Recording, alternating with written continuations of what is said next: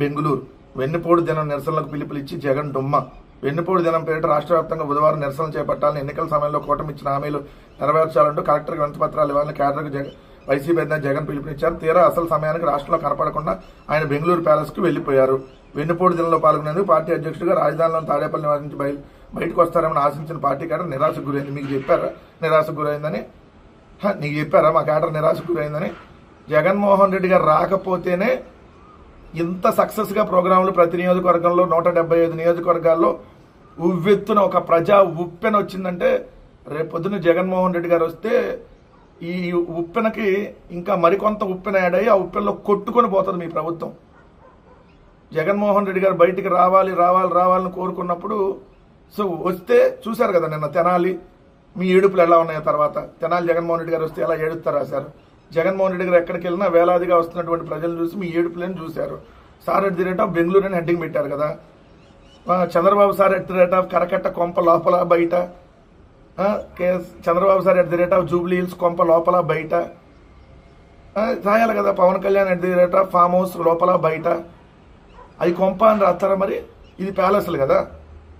అవి కొంపల్లో ఉన్నారు, లేదంటే ఆ పూరి గుడిసుల్లో ఉన్నారు.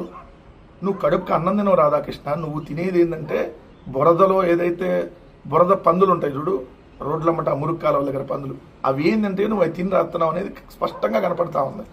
జగన్మోహన్ రెడ్డి గారు బెంగళూరు వెళ్ళాడు. మరి ఇప్పుడు పవన్ కళ్యాణ్ పిలుపునిచ్చాడు కదా, ఏదైతే పొద్దున్నే ముగ్గులు వేయాలి, ముగ్గులు పోటీలు నిర్వహించాలి, సాయంత్రం పూట బాణసంచా కాల్చాలి అని. మరి పవన్ కళ్యాణ్ మరి ముగ్గేశాడా? ముగ్గేసి మరి గొబ్బెమ్మ పెట్టి గొబ్బెమ్మ పైన పువ్వు పెట్టాడా? పువ్వు పెట్టి ఫోటో దిగాడా? మరి అది కూడా రాయాలి కదా. వారం 10 రోజుల తర్వాత పవన్ కళ్యాణ్ ప్రత్యక్షమయ్యాడు. ఫామ్ హౌస్ నుంచి నేరుగా కేబినెట్ మీటింగ్కి వచ్చాడు, లేదంటే లొకేషన్ హక్ చేసుకున్నాడు. ఇది కూడా రాయాల్సింది వార్తలో. అవి రాయవు. వారంలో 3 రోజులు లోకేష్ హైదరాబాద్లో స్పెషల్ ఫ్లైట్లు వేసుకుని హైదరాబాద్లో ఏం పొడుస్తున్నారు? చంద్రబాబు నాయుడు వారంలో 2 రోజులు ఎందుకు హైదరాబాద్లో ఉంటున్నాడు?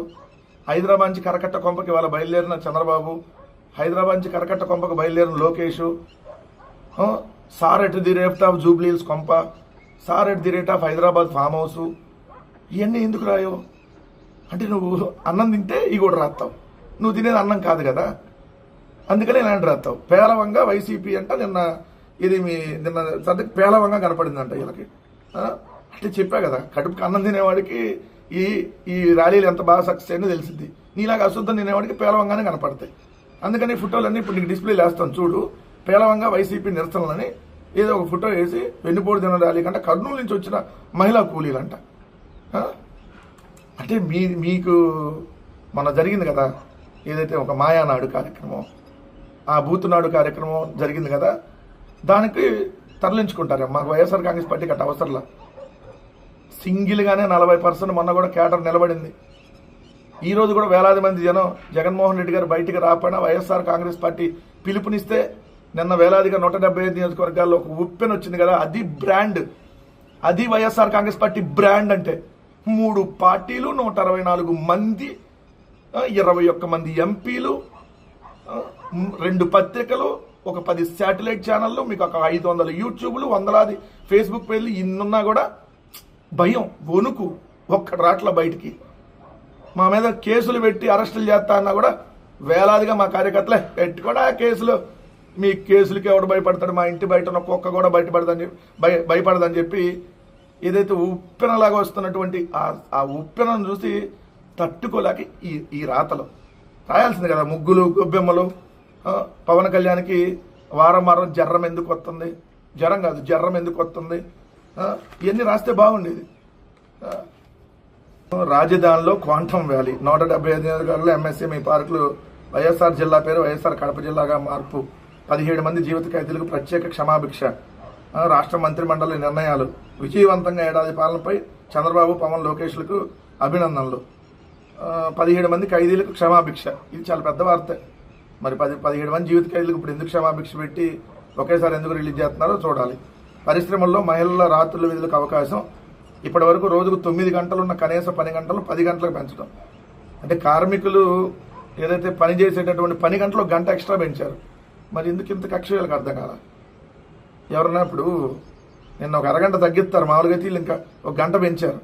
5 గంటలకు ఒక గంటగా ఉన్న విశ్రాంతిని 6 గంటలకు ఒక గంటగా చేయటం, రోజుకు 12 గంటలు పనిచేసేందుకు వీలు కల్పించడం, త్రైమాసికానికి 75 గంటల వరకు ఉన్న ఓవర్ టైం 140 గంటలు పెంచాలని నిబంధనలు, ఇదైతే కరెక్ట్ కాదు. వైఎస్ఆర్ కడప జిల్లాగా మార్పు, వైఎస్ఆర్ జిల్లాగా ఉన్నదాన్ని వైఎస్ఆర్ కడప జిల్లాగా మార్చారు. మరి ఇప్పుడు ఎన్టీఆర్ జిల్లాగా మేము పేరు పెట్టాం, నీకెటు పేర్లు పెట్టడం చేత కాదు, మీ మామగారు అంటే నీకు ఎటు ఇష్టం లేదు, ఎందుకంటే వెన్నుపోటు టక్క పొడిచావు కాబట్టి. మరి ఎన్టీఆర్ గారి పక్కన కూడా మళ్ళీ యాడ్ చేస్తావా జిల్లా పేరుని? ఎన్టీఆర్ విజయవాడ అనే యాడ్ చేస్తావా? ఏమన్నా రాష్ట్రానికి ఉపయోగపడేటటువంటి ఏమన్నా చేయమంటే ఏందో క్యాబినెట్ మీటింగ్ లాగా ఉండదు ఇది, ఏందో వాళ్ళు ఇష్టం వచ్చినట్టుగా డెసిషన్లు తీసుకుంటారు. ఇవాళ 99 ప్లేస్లకు ఎవరికి ఇవ్వలేదా? ఉర్సా వల్ఫాలు నెక్స్ట్ క్యాబినెట్లో ఇస్తారేమో మళ్ళీ.